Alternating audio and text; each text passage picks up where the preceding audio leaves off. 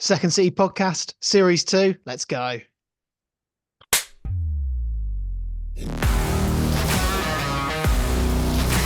Hello, everyone, and welcome back to the Second City Podcast, Season 2. As we mentioned there, I'm Daniel Sketchley.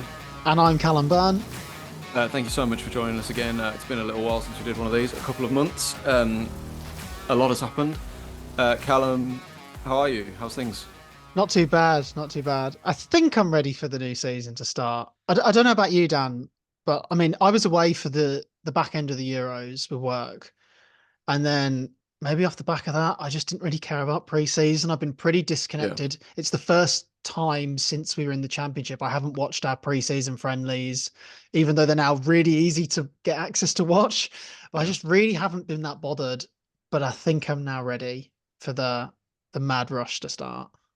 Yeah, I completely know. I know exactly what you mean. It feels like, I mean, it's just over 3 months since last season ended for Blues, at least, and that feels like absolutely no time at all. Has gone. And I know what you mean. Like, I got so into the Euros, watched so much of the Euros, and then like the Olympics was then on. I watched a load of Yeah. that, and so I know exactly what you mean. And the preseason always kind of passes me by a bit. I kind of take it all with a pinch of salt and don't pay too much attention to it. Um, I didn't even get to go. I didn't get to go to the West Brom or the Rangers preseason games that we had just because of work. I would have gone just for like the night out or the day out or whatever. But I know exactly what you mean. But yeah, now that it's kind of, especially for Blues, now it has started and actually being there at St Andrews on Saturday, just gone. Yeah, definitely ready for it now. Yeah, it feels very real again now. So yeah. Yeah. I mean, and welcome to any new listeners and watchers that we've got from the Second City podcast this year. Welcome. Enjoy the ride. We'll start, I think, where we always do. Well, I'm starting to run out of them now, but we'll start the episode where we'll talk about the kits that we're both wearing. So I'm going to wear a Villa shirt. Dan's going to wear a blue shirt. We'll try and guess them and give a little bit of context and a bit of story behind them. Yeah. And I before we think, jump into that, we'll say like the sort of the concept of the podcast, as oh, I'm yeah. sure anyone who's guessed, is like we are like obviously I'm a Blues fan, always been a Blues fan. Callum's always been a Villa fan, so we're kind of reporting on like Birmingham football basically. That's our job, and like we're looking at it from like the two sides of the city from our perspectives. And we do a little section as well on like the other kind of West Midlands teams as well. We'll get into all that later. So fans of those clubs, don't feel left out. You're very welcome here as well, of course. But yes, of course, I'm a Blues fan. Callum's a Villa fan. So yeah, what we're wearing is kind of that segment where yeah, we kind of dive into the history a bit from a shirts perspective. Shall we do the shirt you're wearing first? Because I Yeah, believe this one's already been on the pod it has. before. Yes. So do you want to have a quick guess? Ah, the year, it's around that McLeish era. I think it's around something like 07, 08, maybe the year before. We'll go 07, 08. Sure. So for those listening rather than watching, it's like the sort of Ajax style penguin kit, F&C Investments. The badge is in the middle, Umbro. It's like red in the middle with white on the side. You're a year out. This is 08, 09 away. I have worn it before. There is a reason why I'm wearing it again. Although when I wore it before, I loaned one off one of my cousins, and this is actually my own one now. Um, but to add to the collection. But the reason I'm wearing it, so it is 08, 09. This was the last season we got promoted in, so I'm very hopeful that uh, it'll all falls full circle. 16 years later, we can add to it. We finished second under Alex McLeish. Kevin Phillips was the top scorer. We beat Reading away on the last day, 2-1. One of my first, maybe my very first, no, my second away game. Um, and yeah, great day. And also the connection, I thought very kind of tenuous, but I'll try and get some sort of connection on for why I'm wearing this one at this point in time. Um, we're of course this weekend playing our first away game in third division for the first time in 30 years. And the first time that we ever wore this kit was in the League Cup first round in 2008 away at Wycombe. And this weekend is, of course, we're playing Wycombe in our first away game. That day we won 4-0. Um, uh, Club legend Quincy Owusu scored the fourth, great goal, and Tunisian sensation Mehdi Nafti scored his one and only goal for Blues. Played for the club for years, only scored one goal for us. So I'd very much take something similar this weekend. Um, so yeah, this is 08, 09 away. So that's why I thought I'd get it on again. What about you? Yeah, I've thrown you a curveball this week. Yeah, I don't, well, it's like a sort of Well, the sponsor's the W. Is it a betting sponsor? Yeah, so W88? it's the W88 Kappa. It's like light blue on the sleeves and shoulders, but it's like this weird sort of dazzle camo, claret and blue across the chest and Mm. the back. Yeah, in terms of year, I think that sponsor, I think was sort of when you first came back up to the Premier League, roughly. So I'm going to say about 2019-ish. I think it must be a training shirt because I don't recognize it at all. Yes, it is Oh, okay, fair it's the enough. warm-up shirt for the 2019-2020 season, the home match warm-up shirt. So kind of a pre-season sort of vibe, pre-match kind of thing I was kind of thinking for this week. But I think if this came out as an away kit, oh man, we've Wouldn't be had very useful. uh, It's the same color as your home shirt. yeah, or maybe even as like if a kit manufacturer really went out there with a home shirt, then I think it'd be a nice way to change it up. Yeah, Um, sure. but yeah, I was kind of thinking like pre-season, obviously. So 2019, 2020 was our first year back in the Premier League. The season sort of got curtailed and we pulled off a miraculous great escape in the restart, where now cult hero Trezeguet scored about 3 or 4 goals that kept us up. Jack Grealish dragged that team to survival. I don't really know how we survived that year because we were not Mate, very I don't know. good. I don't know either. You weren't very good. You were garbage. Got less point. No, so you got less points than us the year we went down in Yeah, 20 in every in 2011. but then we did get more points. We'd have comfortably stayed up the last few years with the amount of points that we had, especially True, I last suppose so. season. So it's all relative, really. And we had that crazy summer where I think we signed 11 players. Some of them were big misses, but some of them were big hits. Obviously, Douglas Luiz was one. Took him a while to settle in, but we've just sold him for the equivalent of 60 million. Ezri Konsa came in that transfer window. So a bit of a mixed bag as you're always going to get with 11 signings. But yeah, that was a season and that survival really has set us up for this sort of journey that we've been on in the last 5 or 6 years. So yeah, this is the 1920 training shirt. Awesome. Yeah, we're probably gonna have to start digging into the training shirts eventually all round because just to keep the segment going.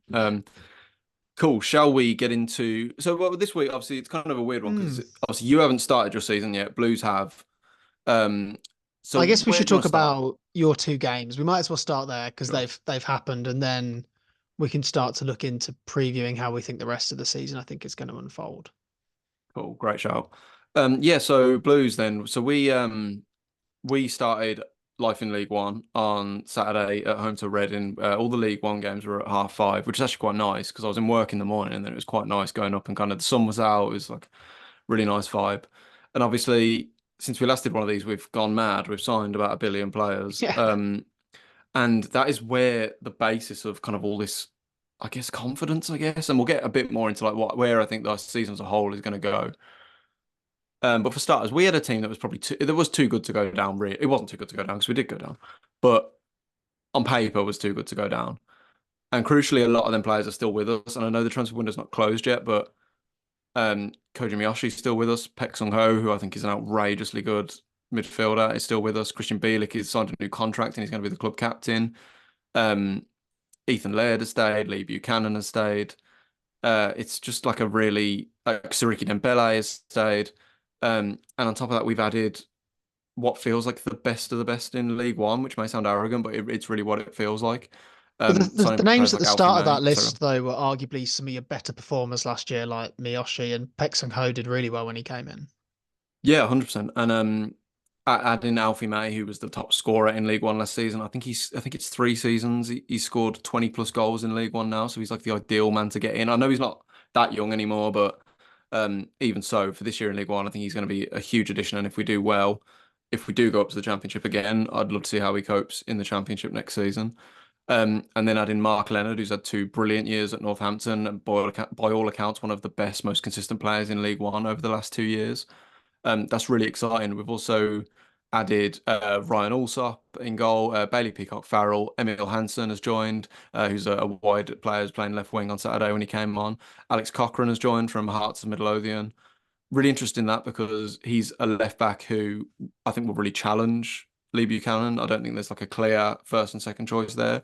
I don't think Cochrane's came from the Scottish Premier League to League One to sit on the bench. I don't think he's going to be settling for that. So that's going to be a really interesting battle there. Willem Willemsen has joined from Dutch side Go Ahead Eagles. I've heard a lot of good things about him. He was playing number 10 on Saturday and for a lot of pre-season. Adds a lot of physicality to the team. I'm really interested to see how he gets on. Christoph Clara has joined. He's a centre back. I think he's about, what is he, 6'3" or something? That's what he must be, at least that.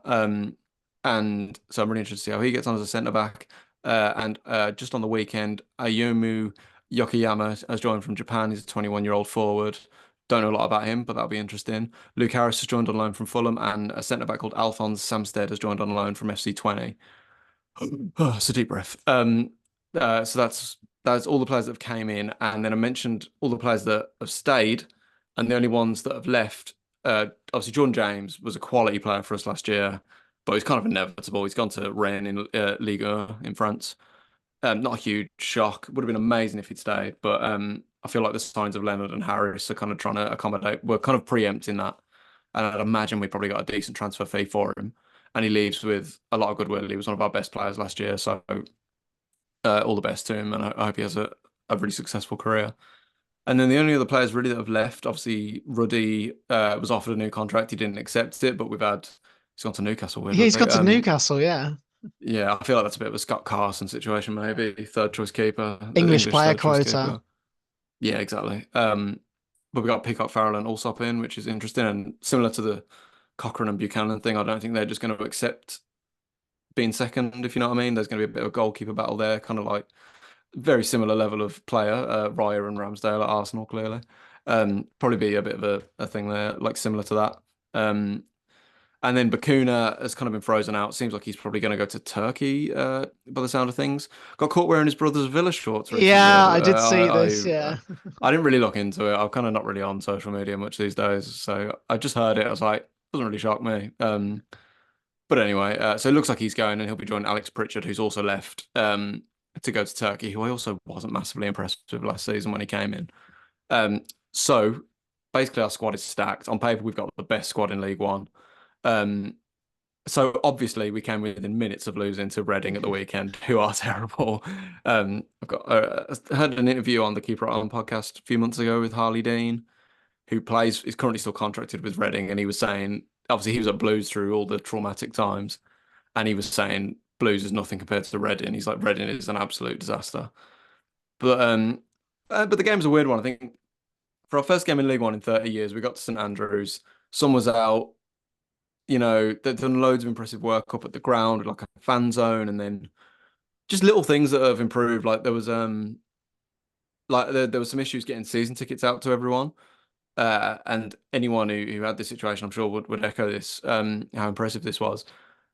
You got to the ground, and in the car park was a massive like pop-up like gazebo thing. And you'd go in and say, you basically would go there if your season ticket hadn't been delivered yet, and you could ask about it. And you'd go in, and someone on the door would be like, "Hi, where's your season ticket? Basically, where are you sitting?" And I say, "Oh, I'm sitting in like the Tilton upper."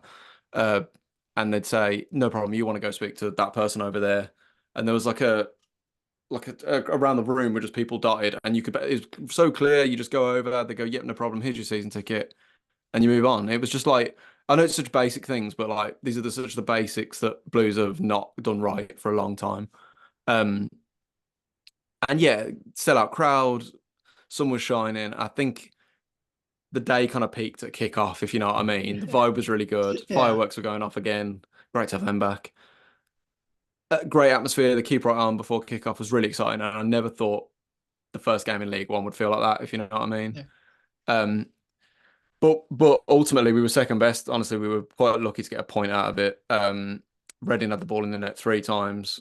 One was ruled out for a foul on the keeper, one for offside, I think it was in the second half. And yeah, they honestly could have had a couple before half time. We really didn't turn up at all. But we got a bit lucky, got a penalty towards the end for a handball. Hansen came off the bench, and I don't know if you've seen it. I The handball that have. was given. It's a bad decision. Yeah, it's really soft. His arm not only is down by its side, he's, if anything, he's trying to move away from it still Yeah. also. So very soft. But Alfie May steps up, gets a goal on his debut. So we got a draw out of it. And Well, I To thought me, you were going to it's nick it at the end. I mean, you almost nicked it at the end. There was a good save by the goalkeeper. yeah, very true. Were you watching the game? It was on Sky. Were you I watching? caught the last 10 minutes. Ah, fair enough. Yeah. So you saw like in the second half we were better. We had a lot more of the ball, and to me, as always, there's just some people like wetting the bed in the crowd because we're not winning like 6-0 on the first day in League One. We've signed a lot of new players. It's going to take time to gel. A lot of them weren't having their best game. Like I thought Peku, even when he's not great, he's even when he's not on it, he's still like one of our better players. He didn't look as like his usual self, but I appreciate all pre-season he's had Jordan James alongside him, and he wasn't there in the weekend because his move to Rennes was pending. So I understand that. I think it's just going to take time for this all to gel, everyone to get settled down, and once it clicks, I think it's going to be great. But I think just that late goal will give us something to cling on to and something to kickstart. Just it's the first act of the season, first game. Nothing gets decided. You can't win the league, you can't lose the league in the first game. So stop losing your minds, people that were like And just losing their minds at the first there's game. always crazy results on the opening day. Yeah, absolutely. I mean, Blackburn put four past Derby. Plymouth got off to a incredible start as well. Yeah. They're playing Rooney's Plymouth are playing Cheltenham tonight in the League Cup. That's just another banana skin game for him there. Yeah. Um, so yeah, look, we got a draw out of it. First game, bit of a disappointing performance. As I say, I think the event kind of overshadowed the game, but whatever. I am all in on League One this season. I'm excited by it. Chris Davies, his first game. I'm excited by all the signings. So it's the start, hopefully, of a really good season. Um, that led into we played in the League Cup last night against Charlton. I won't spend too long on it, but Charlton are in the same league as us. They got a good manager in Luton Jones, as we call him, or Charlton Jones, I guess he should be known as now. Um, and so we won 1-0 away, which was a really positive result against a team that I think will probably be up there in League One as well this year, even though they've lost Alfie May. They're definitely one of like the in inverted commas the bigger clubs in League One, if you know what I mean. Yeah, they know how to get out of that league as well. They were in the championship not too long ago. Yeah, exactly. Yeah, Bowyer actually got them promoted, didn't he, a few years ago before coming to Blues. But yeah, we won 1-0.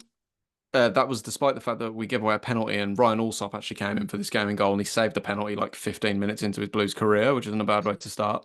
We went down to 10 men. Dion Sanderson got 2 yellow cards, which isn't great. So I assume Christoph Clara will come in whilst Dion Sanderson is suspended. But the moment of the game was a goal. I don't know if you've seen the goal, Cal.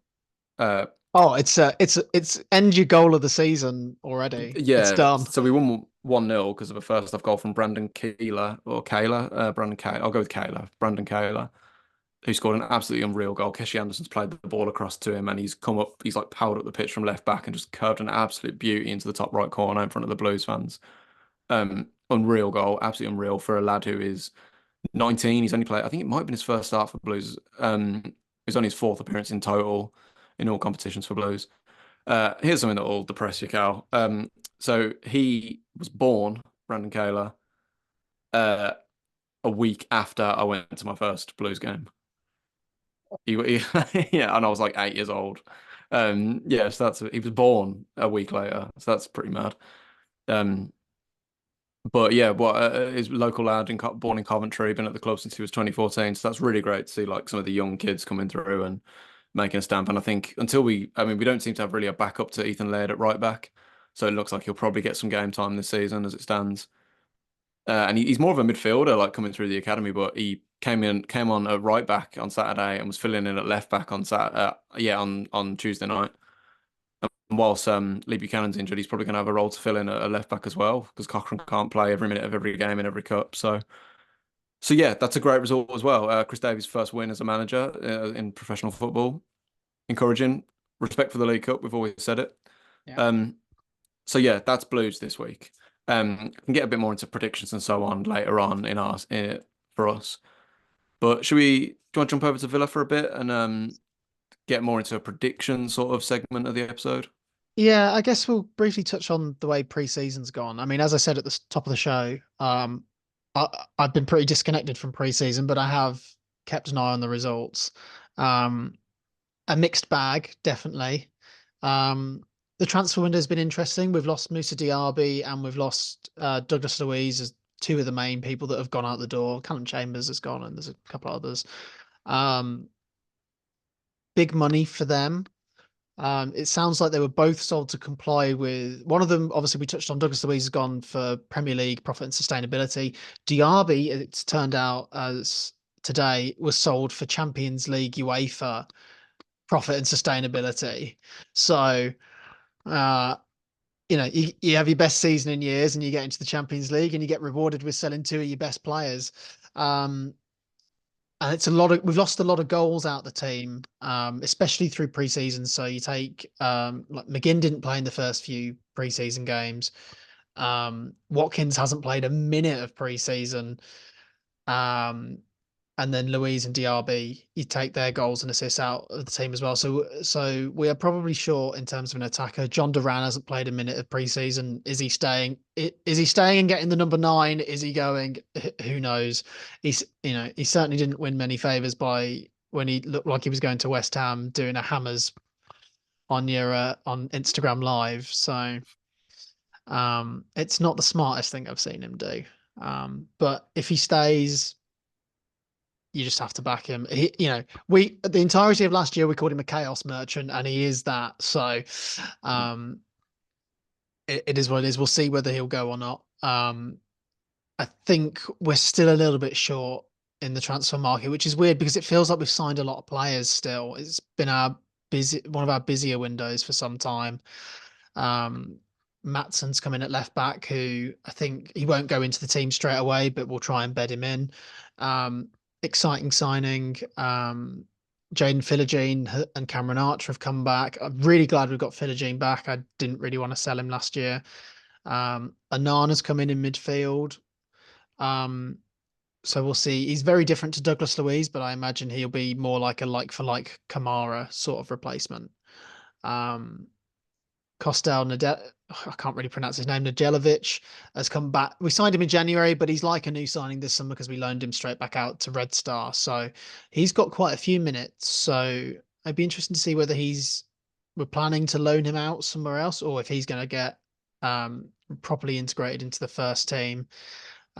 Jacob Ramsey's back from injury. Alex Moreno's back from injury. So, but it looks like Diego Carlos is going to go. So I think we're definitely light defensively. We're probably missing an attacker. Someone who can play maybe that second striker role, unless we're going to try and squeeze Ramsey and Rodgers into the same team, which I'm all for. But yeah, it doesn't look like João Felix is going to come. I think if he was going to come, it would have happened by now. For some reason, God only knows why he wants to go to Chelsea. The last thing they need is another attacker.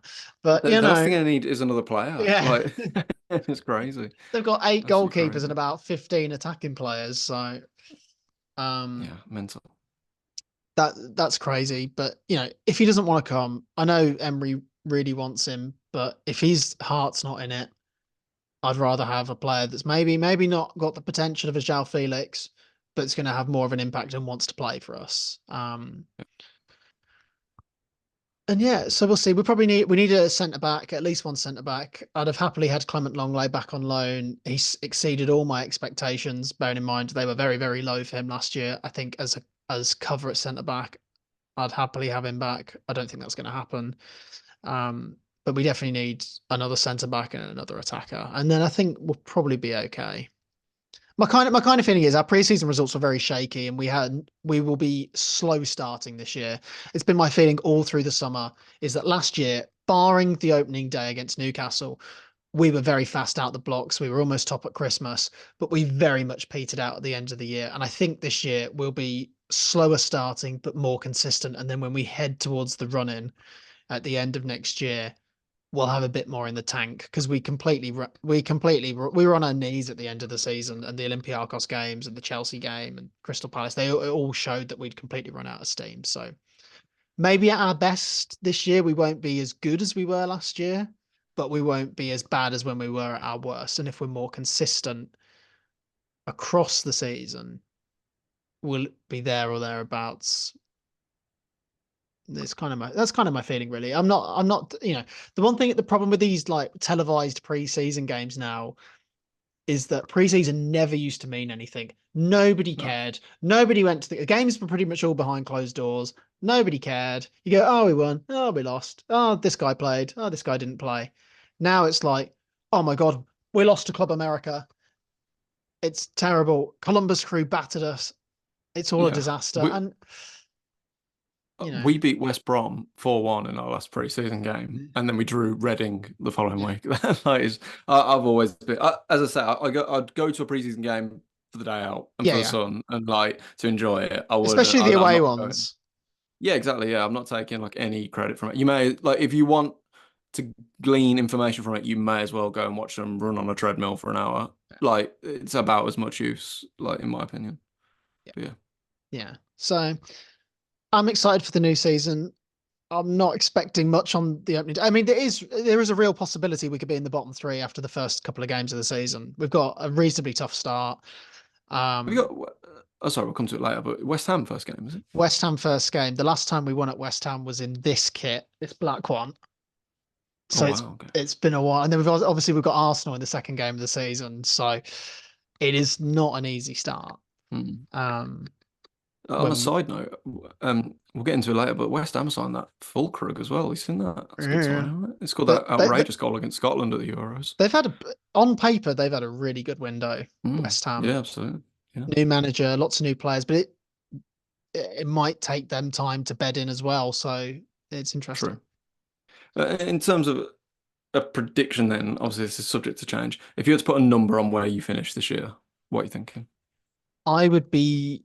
I think the priority for us, really, especially in the short term of the next couple of years, is just making sure we're in one of the UEFA competitions every year. Consistent European qualification. That's got to be the aim. Whether that's conference, whether that's Europa or Champions League, it doesn't really matter. If I'm being realistic, I think this year, I don't think we'll finish fourth. I do think we'll probably drop to around fifth or sixth. I'll probably say sixth, and that's still a good season. Champions League, if the priority there is enjoy it, but try and get into the round of 16. Anything after that is a bonus. Um, I think at our best, we are capable of maybe making it into that playoff round. Um, but then sometimes it's not about how good you are. Sometimes it's all about, I mean, Real Madrid win the Champions League nearly every year just on experience more than being the best team. So yeah, I'd like to, I'd say sixth in the Premier League. I want to see us actually take one of the domestic cups seriously. I don't think it'll be the League Cup, unfortunately, especially with the Champions League having this expanded format. I think the League Cup games will be just seen as an inconvenience, and I think we'll go out of that very early doors. So maybe we'll probably won't be in the Champions League come the new year.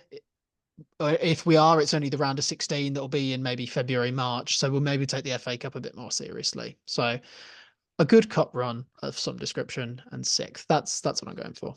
What about Blues? I know you're a couple of games into the season already, Dan, but what are your sort of thoughts and predictions for 2024-25? Yeah, Are you going up? Are you I, going up? I think we are. It just meant like kind of what everything I alluded to earlier. I think I never really thought League One would feel like this. It feels really positive, and despite not a perfect start, it's the players we've kept, the players we've signed, the money we've spent. I think there are gonna be some freak results in there. We are gonna have embarrassing results. We are gonna probably lose to like a Stockport at some point. Um, Teams are gonna frustrate us at times. They're gonna sit off us and try and frustrate us and nick a goal, and it probably will happen every now and again. But yeah, I'm just I kind of said it earlier. I am kind of all in on it. I am just looking forward to it. Let's enjoy it. Hopefully, it is only a year. And yeah, with three teams going up, I think we've got to be one of them, surely. And then yeah, like it's I kind of mentioned this towards the end of last season when it looked like there was a very real chance we were going to go down. I said, let's take the positives from it. Let's go to some weird new away grounds. Let's play some teams we haven't played in years. I've seen us play Nottingham Forest. I've seen us play Bristol City, QPR, Hull. I've seen us play these teams a billion times. Like, let's enjoy something different for a year. On a side note, though, going to the Red, I forgot to mention this in my review of the Reading game. I believe now I've been to see Blues versus Reading in the Premier League, the Championship, League One, and the FA Cup. That's pretty. That's Oh, pretty remarkable.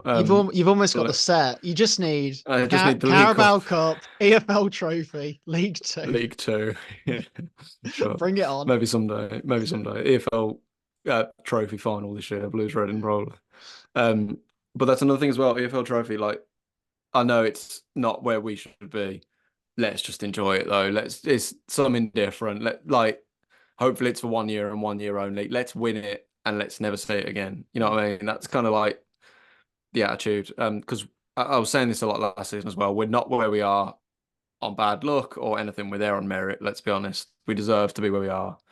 Um, so let's kickstart the Knighthead era, the American era, and hopefully will lead to much better things in the near future. And it starts here. So let's enjoy it. So yeah, that's where I'm at this season. I do think we'll get promoted. I do think we'll win the league as well. But you never know. We can't be complacent about it. The only worry I'd have, and I feel like maybe it's this trying to put my Aston Villa bias to one side and try and look at it from maybe my journalistic background is that's a lot of new players, and it's Yeah. also a club that is not used to winning football matches. It Hmm. you I don't think you're going to be anywhere near the bottom of the league, but it would not surprise me if you ended up in the playoffs or in that sort of like not mid-table, but certainly maybe not fighting at the very top. Maybe the Reading game sort of showed that. It could take a few months to really get the season going. So, having said that, you've smashed the League One transfer record about if the equivalent of like 6 times this window already. So the money's been put in there, and I do think you'll go up, but I don't know if I'd have you to win the league personally, but I don't know. You'll be up there. You'll certainly be up there. Fair enough. I would counter argue it with saying you can afford to not be at the top of your game for a few months and Yeah. still win the league. Like it can happen with these I mean, 46 game seasons. yeah. They're I mean, like, when we went up, I think we were 11th or 14th or something before we went on the 10-game winning run and got promoted. So yeah. Like I wouldn't be surprised if it is a slower start but I think once it clicks, I think it's going to be wicked. And I think also your point about a lot of new players coming in, I think counteracts the argument of a club that's forgotten how to win. yeah, I'm talking more about That's like all. maybe the feeling inside the ground sometimes. Yeah, If sure. No, I know exactly what you mean. um, Cool. So that's Blues and Villa. As we mentioned, we are a Birmingham-based podcast, so we do take a look at obviously Birmingham has a lot of different clubs of fans being supported and so on, and obviously in the West Midlands as a whole. So it's a new season, so we're just going to take a look at what's going on elsewhere in the West Midlands this year. Obviously, we'll start with another widely supported club in Birmingham, that is West Brom. So they obviously got to the playoff semi-finals last year. Before getting knocked out by Southampton, who of course eventually went up. Bit of a weird transfer window for West Brom, bit of a weird mm, summer. They're now under, I don't know if you saw this, Cal, they're under like an EFL business plan, basically. yeah, Um, so did a quick look into this. I don't think it's not like a transfer embargo or anything like that. I believe it's just to ensure that they hit their, profit and sustainability regulations, and the EFL are basically just keeping a much closer eye on them because they have spent a lot of money over the years the, relative to other championship clubs, yeah, of the course. parachute payments are ending now for them as well. Yeah, exactly. They're kind of a club that has frequently gone up and down, and as a result, have had a lot of parachute payments over the years. Yeah, Um, this is the first time since the early 2000s. It's the longest period they've spent outside the Premier League, if that makes sense. So wow, that's pretty mad. Yeah, yeah, this is year three, and it's like the first time it's been year three since like 2003, 2004, something like that. yeah. And obviously, once you get to year three, it is pretty dangerous. Like if you hadn't gone up in your third year, was We it your third year? we were in so much trouble if we didn't go up. Yeah, and our third year was the Lee Clark season where we stayed up with Paul Caddis scoring last minute, and I remember I think the third year is a real turning point year. Mm. Like obviously we're very close to going down that year. So I think the third year can be a real struggle. On them, bit of a yeah, they came close to going. They're one of them clubs. They seem to always find a way to sneak into the playoffs somehow, despite not being that good. Yeah. They've not made like loads of signings or anything, and they've also lost Brandon Thomas Asante, who has gone to Coventry actually for I believe about £3 million, player the Blues were linked with a couple of years ago. So they kind of seem to be that club now. Like they're not really the powerhouse they were in the Championship. But they have kept Carlos Corberán, excellent manager. To be honest, Yeah, I thought he'd go. I think he's a really, really good manager. yeah. Um, and if you look at like bookies odds, West Brom is still around the sixth or seventh favourite for a lot of people in terms of league position. And I know when you look at bookies odds at the start of the season, it is almost always a carbon copy of just the finishing table from the previous season. Yeah. Um, but I think it says a lot about you're gonna have the teams that come down from the Premier League, and you're gonna have like your Middlesbroughs and them kicking about. But I think West Brom will always have a chance of getting into the playoffs. They are that kind of club. Um, and they started brilliantly at the weekend. They won 3-1 at the weekend away at QPR. I know QPR are not they're not going to be right up there this season, I don't think, to say the least. But Josh Maja hat-trick, brilliant way to start the season. Yeah. But then last night in the League Cup, they made 11 changes and lost 2-1 away at League Two Fleetwood. Really bizarre. I don't understand why you'd make. I know their goal is to get promoted, but I do not know why you would make 11 changes. For the Um, second game of the season. exactly. It's just killed all that. Oh, what? It was a bit of a surprise to me that they, a major hat trick and they went and smashed the first game like that. It's kind Yeah. of just cast a bit of a negative shadow over them at the minute. Um, but yeah, so I don't think they'll be going up this year. I think they'll do weaker than last year. But I think with Corberán, they've always got a chance of doing something. Would be my thoughts on West Brom this year. Yeah, I mean, I rate Corberan as well. It wouldn't surprise me if, especially if they're slow starting, which I guess we can't really say at the moment because they've nailed the first game and made a mess of the cup. He could get poached mid-season. Yeah, it's You not know, unfeasible at all. you know, Sheffield United, will Chris Wilder be there all season? Hard to tell. Something, a job Yeah, like that, for example, Corberan's going to be near the top of the list. Or I don't know, if you look in the Premier League, if a Nuno gets sacked at Forest, you'd think a Corberan would be near the top of the list.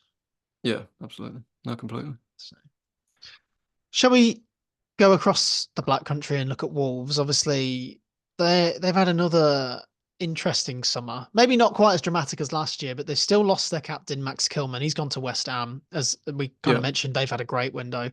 yeah, Pedro Neto has gone, obviously one of their standout players, even though he's injured all the time. So he's gone to Chelsea for 55, 60 million. yeah. Which is a lot Crazy, of money bizarre. for a guy that only plays half a season. Yeah. They did finish 14th last year, a positive 14th. I think a lot of people, had them to go down. Did I have to go down? I can't remember. Um, so maybe it's a question of whether they can build on that under Gary O'Neill. They obviously start away at Arsenal. They're not going to go down. They're not one of the worst three teams in the division, but I don't know. I just I look at them at the moment. They're a team that's just sort of drifting. They came up Uh, with such excitement. They were in the Europa League. If you can, they were meant to be the project sort of that we've sort of become this team that was going to break the glass ceiling. And I don't know. It's just all fallen away. And and I think they're a weird one in that you look at you mentioned they're kind of drifting. They to me have become like what Southampton were yeah, or Crystal Palace are. Obviously, maybe not Crystal Palace right now because they're, excuse me, set to flourish probably this season. I think they'll probably do really well this year. But yeah, like you said, they came up in 2018 and were, they had an identity and something really special about them. And now you kind of forget they're even there. I think as a casual, like for me, like I'm a casual Premier League watcher. I don't have a team in it. I haven't had a team in it for a long time, so I kind of keep an eye on it from a distance. Um, and I think with all them clubs, it eventually just catches up with them. If you know what I mean, like it eventually caught up with yeah. Southampton. You can't keep Um, selling your best players every window. And I know they've been hit by the profit and sustainability, and they've had to sell their players. Maybe some mismanagement by the Chinese ownership. But what's the plan? Where are they going? yeah, and I think yeah, like I say, they won't go down. I don't think that'll be anything like that. I think Gary O'Neill's a very good manager. But yeah, what are they? And I certainly don't see them getting into Europe, or I don't see them challenging for a cup, even though they'd be like perfect for that. Like put Yeah. all your go for a cup. I could see them Um, maybe doing a bit of a League Cup run, but I would have them down for a bottom half finish again. yeah, 100%. Cool. we already mentioned Brandis Thomas Sante signed for Coventry, so we'll move on to Coventry quickly. They under Mark Robbins obviously have been kind of steadily building for years now, and had that brilliant run to the FA Cup semi-final last year, and 100% should have been in the final. They're a team which eventually I feel like I think it's a matter of time before they get into the Premier League. My hot take going into the season, I think they will win the playoffs this year. That's uh my bold prediction for Cov. You never know with them, but I just think under Robbins they've got an identity, they've got something really special, and yeah, I think I feel like their worst days are behind them for this era at their club. Yeah. You know, with the stadium and having to play at our ground for a bit. I think they're a club really on the up. That's despite the fact Callum here, his contract's expired. He'll still find a way to score against us somehow, even though we're in a different division. He's gone to Sheffield United now. He was a big player for them last year. So obviously they haven't got him anymore, but I think Robbins is that manager. He's always found a way to fill that gap and really get them going. Despite all that, they actually had a really poor result the weekend, losing at Stoke, who is not a great result at all. But they did win in the League Cup last night away at Bristol City. So Just on Callum O'Hare though, he was injured for a lot of the last couple of years. Really, he came back yeah, from a really nasty injury last year, and maybe wasn't the star standout player that he had been for them. He's a very good player, especially at that level. And sure. if we hadn't have got promoted, he's a player that probably would have been got quite a few games in a Villa shirt. Um, but yeah, I agree. I think the dark days at Coventry has made them all unified, has brought them all together. That they're all behind the manager, they're all behind the team, they're in it together. I do wonder if maybe that FA Cup run, while as great as it was for them, it maybe derailed their playoff push last year, and they just got to make sure they don't carry that into this year. Yeah, I think as well. Like last year, they lost Gyökeres, and who was the other? They lost who else did they lose at the start of last season? Gustavo Hammer went to Sheffield Yeah, same. United. Them two were like unbelievable for them the year before last, and I think last year was more of like a almost like a transitional season, almost if you know what I mean. Um, and I feel like this year they're ready to kick on. So yeah, one to keep an eye on. Yeah, let's go to Walsall. They lost their traditional preseason game with Villa as they always do because there's such a big gap between the two teams. Um, but yeah, aside from a chemical spill, they won on penalties at home to Exeter in the League Cup. But they did need a 93rd minute equaliser from Jamie Jellis to make it 1-1. Yeah, they're a club that mid-table League Two. Yeah, That they seem to lose every time I stick WM on. They seem to have just yeah. lost. But yeah, it's just mad this morning. Woke up and saw there's been a chemical spill near Walsall in a river somewhere. I don't know if you obviously you live near Wycombe now. I don't know if you Yeah, heard about no, that. no, I hadn't. No, I don't like Um, talking about Walsall. I remember when I was freelancing at WM, I made a mistake with the Walsall game on social media, and their five fans just gave me dogs abuse on the Twitter account. So I don't like talking about Walsall. Fair enough. Maybe I'll cover them in future Yeah. then. Cool. So that's kind of just a quick roundup. Elsewhere though, just a story I thought was interesting to keep an eye on if we're going right down into the non-league in the West Midlands. Do you remember Tim Flowers, Callum? I do indeed. A little bit before our time, I guess, but Before our time, but heard the stories. yes, England goalkeeper, Premier League winner with Blackburn, I believe, in 1995. So I just thought this was interesting just to keep an eye on. So he recently, in February, became the Bromsgrove Sporting manager. Bromsgrove Sporting is a club literally right near me. When I heard it, I was like, really? That's like mental. Like Bromsgrove Sporting is like a very like Tim Flowers. That's pretty mad. Like it's big name going in there. But he got sacked in April, so I was like, well, that's really random. Like he's got a big name to get, and then he got sacked, and then he went to a month later. He joined Redditch United as the manager, which is another club like up the obviously Yeah. I'm sure local people listening know Redditch is like up the road. So he's about to start a season as Redditch United manager. I just find that really weird. What's the Yeah. story there? Why did he get sacked? Like, I don't care how bad you are to sack Tim. Like Tim Flowers must Yeah. be quite a big name coming in. To sack him after 2 months at Bromsgrove, I find a little bit odd. Um, But but it's also, also why really is odd. he doing the tour of non-league West Yeah. Midlands clubs? So he also, I found that really odd, and they're both in the same division as well. So it's not like it's a step up or anything, really, even though Redditch probably is a bigger club per se, just on the basis of being a bigger area. Um, but but he was also the Solihull Moors manager from 2018 to 2020, and he was also the Stratford Town manager from 2021 to 2022, and obviously Stratford's not far from here either. So what's all that about? From a man who's not from the West Midlands, I find that really odd. He's managed like four, like Solihull would have been, I know they're league, national league now, and they're still non-league. So they would have been non-league at the time as well. Um, yeah, just thought that was really odd. So one to keep an eye on. We'll keep tabs on the. We won't become a Tim Flowers podcast, but we'll just keep an eye on maybe what's going on there. Yeah. So yeah, that's just our roundup of what's going on elsewhere in the West Midlands at the minute. Right. Shall we preview the upcoming game week? Obviously, Villa kick off the Premier League season at 5:30 on Saturday away at West Ham. But before that, at 3 o'clock, it's Wycombe versus Birmingham City. We're all going to be there. Yeah, we're all going to be there. I'm fortunate to be going. First away game in League One for 30 years. And we should explain, you're going to be there, but you're going to be in the home end, Yes, obviously. yes, obviously, yes, Obviously, because yeah, you obviously live near Wycombe now. That's kind of yeah. your local club. It's my local football league club to where I'm living at the moment. Yeah. So we obviously did the So yeah, EFL trophy in the spring. So it's yeah, actually we going to went be to the final. my Yeah. first trip to Adams Park as well. Oh, okay, interesting. Yeah, they lost 3-2 to Wrexham at the weekend actually. So they've had a pretty hard, on paper, a hard start to the season actually. Wrexham away Yeah. and Blues They at did they home. did win in the cup last night. Oh, did they? Okay, fair enough. Our record against Wycombe. I mentioned earlier we played them in 2008 in the League Cup and 4-0. I believe we played them in 2020 and 2021 when we were behind closed doors. They were in the championship for that year and they beat us 2-1 at St Andrews. And then we drew 0-0 at Adams Park. So I believe that was the last time we played there. And it's famous because we were really sliding under Karanka at this point, and we were drawing 0-0 away at Wycombe, who were the whipping boys of the league. And yet Karanka refused to make a sub until the 90th minute when he brought George Friend, a centre back, on. Uh, don't know, still to this day, don't understand the logic. But yeah, it should be really good. Really looking forward to it. And this is the kind of stuff I'm kind of looking forward to in League One. A few new grounds, new teams to play, just something interesting. And hopefully we can kickstart and get some good results. And I think we will.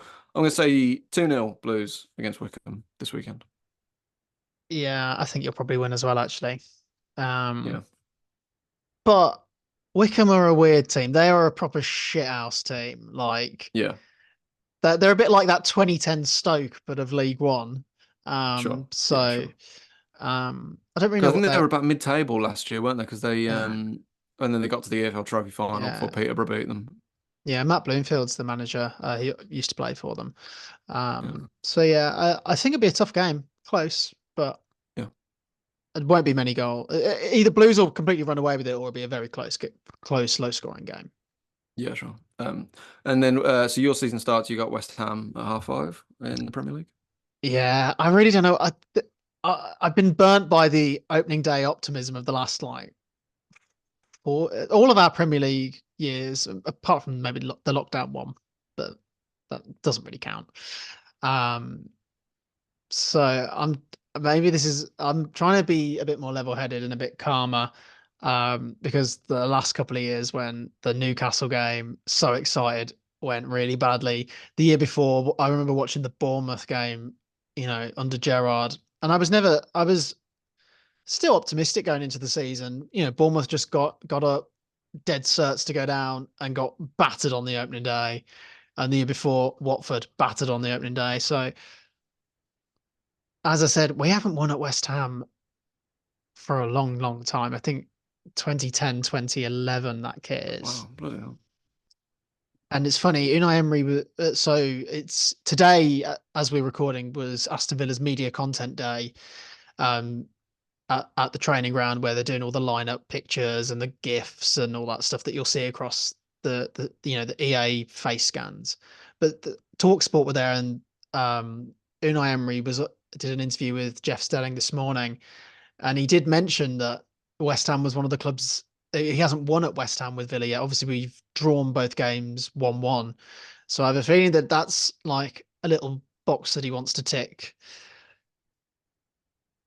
But I'm just going to be a bit pessimistic. I don't, maybe a draw. I'd take a draw. I feel like we'll probably lose, in all honesty. There's no guarantee that Ollie Watkins is going to play. He hasn't played a minute of pre-season. He might not start. And if he doesn't start, there's not a lot of goals really in the team outside of Bailey and Morgan Rogers. So West Ham feel good factor opening day, 5:30 kickoff. I think maybe a 2-1 loss. I'm going to be a bit pessimistic. And I said it earlier on in the show, there's a real possibility that I expect us to be slow starting this year, and there is a real possibility we could be in the bottom three after the opening couple of games. So it's not going to be a big disaster if that's the case, because it's a tough start. But yeah, I think a draw and anything better than that is a bonus. Very good. Well, shall we wrap it up there then for our first one of the 24-25 season, Cal?